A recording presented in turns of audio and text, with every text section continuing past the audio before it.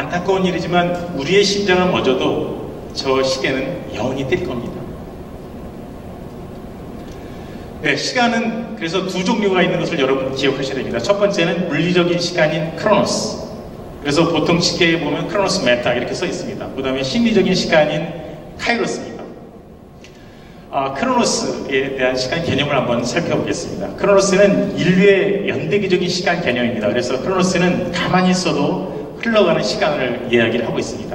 또 객관적인 시간, 또 수평적인 시간, 또 해가 뜨거지면서 자전, 공전으로 결정되는 바로 시간이 크로노스의 시간입니다. 이에 반해서 카이로스의 시간은 시공을 초월한 정신적이고 심리학적인 그런 시간 개념입니다. 카이로스는 절대자에게 포착되고 주관적이며 재해석되는 시간입니다. 그래서 실존적이면서도 수직적인 시간으로 바로 현재만 있는 시간입니다. 네, 사람들의 최대 관심사는 과연 어디 있을까요? 여기 보시는 대로 돈입니까? 돈도 아니겠죠? 여행? 여기도 아니겠죠? 또 명예, 건강, 취미, 게임. 사람들의 최대 관심사가 무엇인지를 제가 찾아보기 위해서 구글을 한번 제가 검색을 했습니다. 놀랍게도 구글에 제가 사이트를 검색해 보니까 이 타임에 대한 검색 결과가 물론 타임과 관련된 블로그나 카페가 105억 9천만 건입니다. 우리가 얘기하는 돈과 게임 이런 것들은 5억 건 다 이내입니다. 근데 놀랍게도 20배가 넘죠. 100억 9천만 건. 그러니까 많은 사람들의 관심이 바로 시간에 있다는 것입니다. 왜 그런지 한번 살펴보도록 하겠습니다. 왜 시간에 대한 관심이 큰 것일까? 바로 시간은 멈출 수가 없기 때문에 그렇습니다. 아까 제가 말씀드렸죠. 여러분의 심장은 멈출 수 있는데 시간은 결코 멈출 수가 없습니다.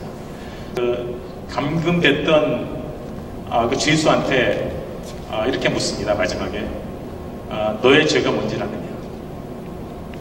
그 대답 아시죠? 시간을 헛된 죄가 가장 큰 죄다 이렇게 얘기를 합니다. 시간은 저축할 수 없고요. 또 시간은 당겨 쓸 수도 없고 되돌릴 수도 없다. 그렇기 때문에 많은 사람들이 시간에 대한 관심이 사실 큽니다. 근데 왜 이렇게 관심이 큰데도 불구하고 시간을 잘 관리하지 못하느냐? 여기에 또 문제가 있습니다. 마이크로 앤 브레인이라는 회사에서 측정을 해봤습니다. 현대인들의 75%가 그러니까 4명 중에 3명이 시간 부족을 경험했다는 것입니다. 제가 볼 때는 여기 대부분 다 시간 부족을 경험을 하셨을 것 같은데 이건 좀 어떻게 보면 상당히 긍정적으로 이렇게 평가를 한 것 같습니다. 시간 부족의 이유는 뭐냐면 시간의 막연함 때문에 그렇다는 것입니다. 항상 많이 있을 것 같기도 하고 또 보니까 남아있는 것 같기도 하고 또 시간이 눈에 보이는 게 아니기 때문에 아마도 그렇게 생각을 하는 것 같습니다. 두 번째는 노력 강박관념. 뭔가 열심히 노력해도 우리가 아까 얘기했지만 막판에 우리가 일을 많이 하게 되죠. 또 미루게 되기 때문에 결국은 그렇습니다. 그래서 그런 것이 바로 강박관념입니다. 이거 해야 되는데 못했다는 거. 또 미루는 그런 마음 때문에 아무래도 시간의 부족을 우리가 느끼는지도 모릅니다. 네, 그렇다면 시간을 벌고 아낄 수 있는 방법 굉장히 궁금하시죠? 이런 얘기 안 하면 제가 또 이 명강사로 지금 여기에 테드에 쓸 수가 없겠죠? 네, 시간을 바로 우리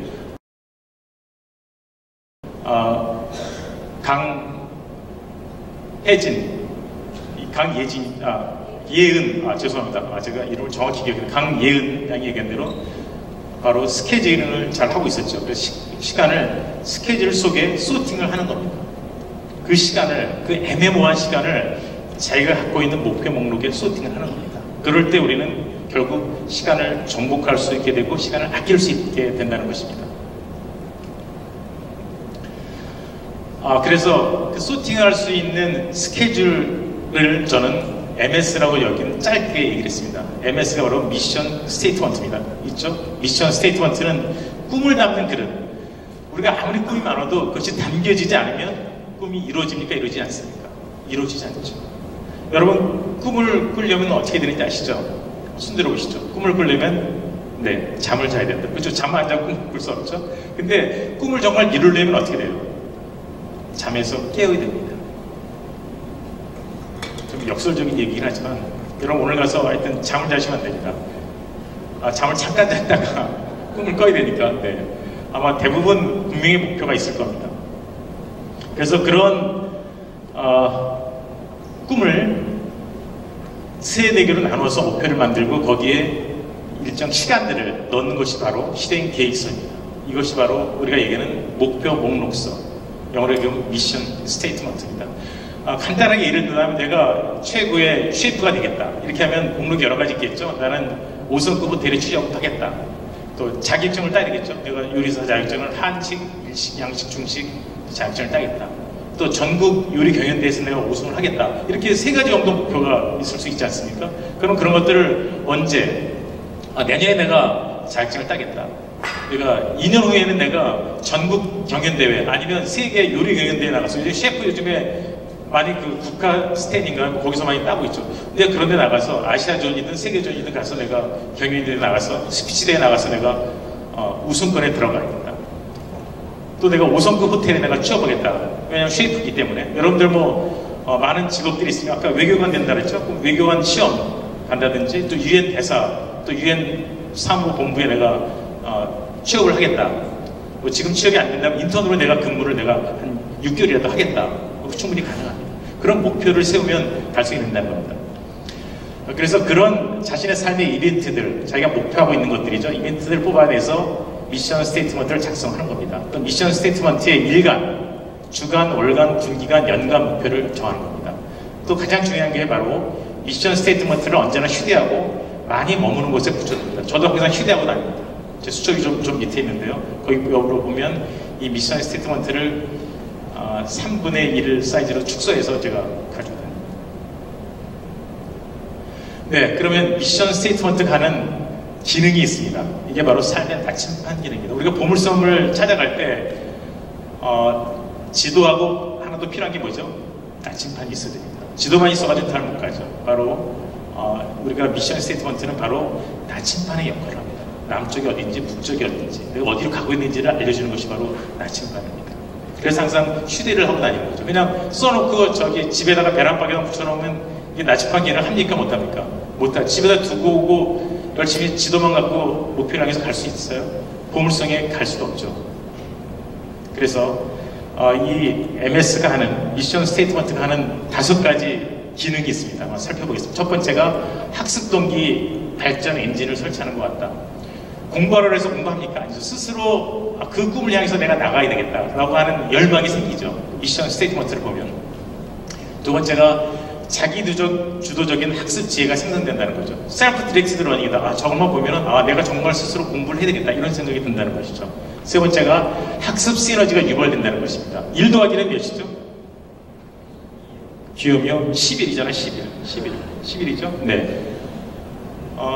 자기 아무런 목표의식, 꿈이 없이 내가 회계사가 되겠다라는 꿈이 있는 사람이 딱 책상 머리에 앉아서 그런 꿈을 앞에 딱 써놓고 1시간 공부하는 거하고 그냥 시험 공부해야 되니까 수능 시험 잘 봐야 되니까 책상에 앉아서 10시간 공부하는 거하고 어떤 사람이 더 학습 효과가 뛰어나겠습니까? 네, 목표가 분명한 사람이죠. 그 다음에 윈윈 패러다임이 구축된다. 이렇게 목표가 분명한 사람은 옆에 있는 친구들도 잘 챙기고 함께 도울 수 있는 봉사하는 마음이 많이 생깁니다. 자기 정체감이 분명하기 때문에. 그래서 마지막 번이 바로 주도성이 형성된다. 나의 주인은 선생님도 부모님도 아니고 바로 나다 라는 것이죠.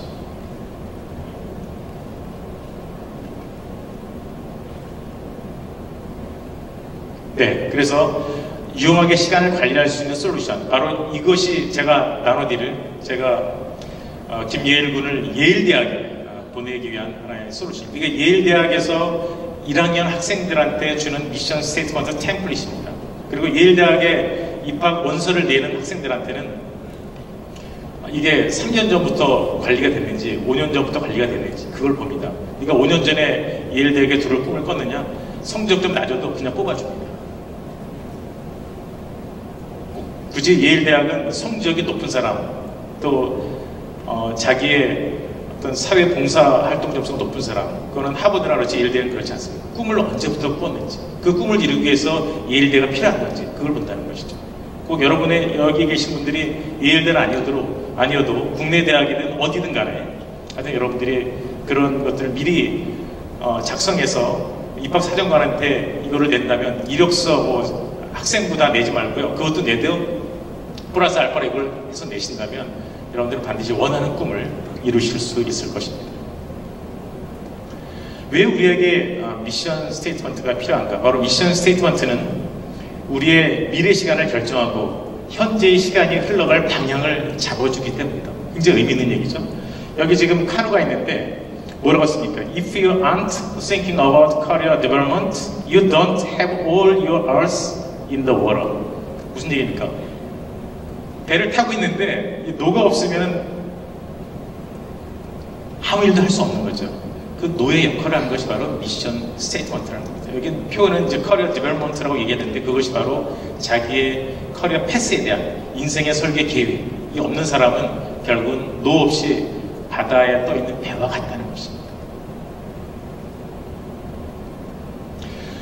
왜 심리학적으로 우리가 한번 살펴볼 필요가 있습니다. 우리가 또 아까 뇌 얘기도 나왔는데 원숭이 뇌. 아까 제가 사회자가 분명히 우리 김선태 박사께서 이걸 얘기해 줄 거다.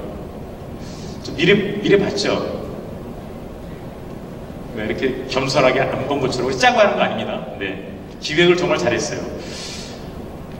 이 뇌는 이렇게 생겼습니다.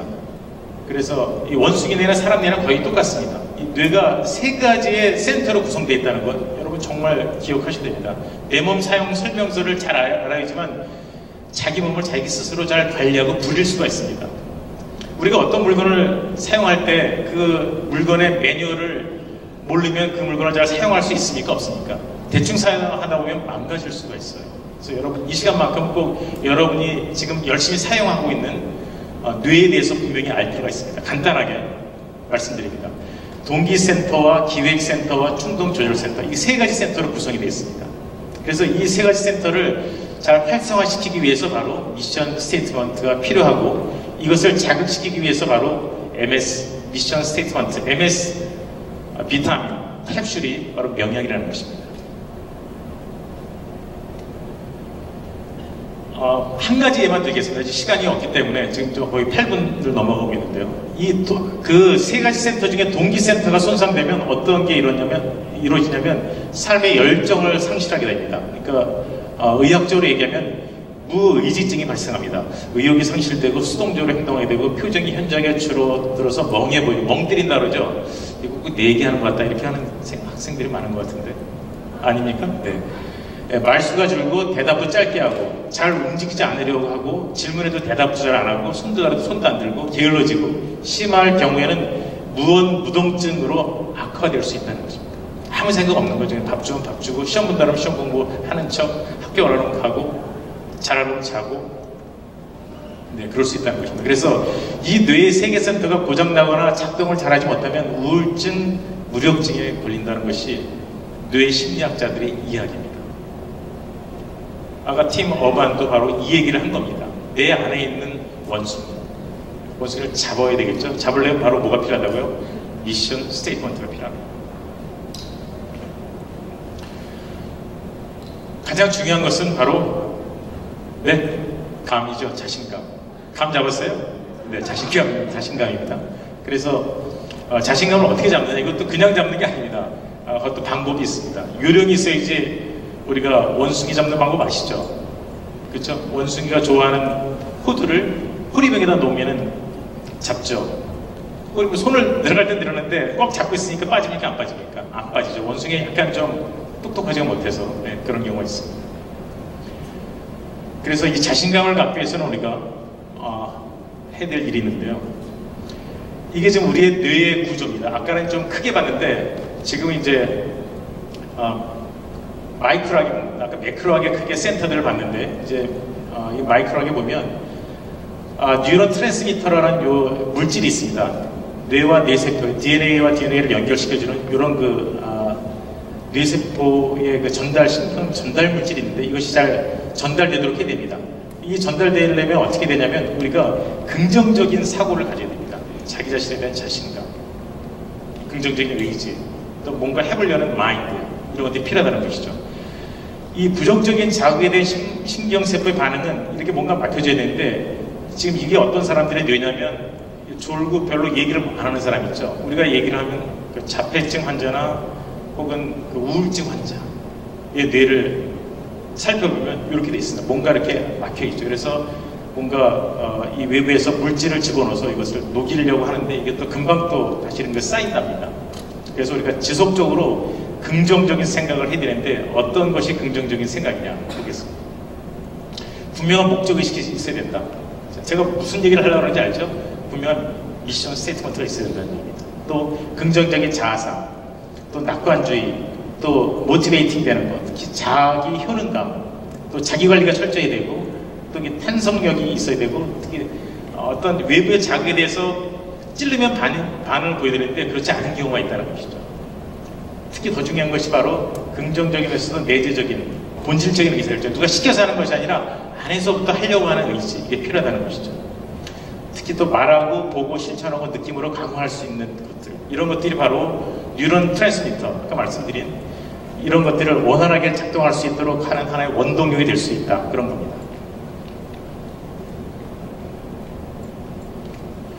네, 이제 마지막 장표인데요.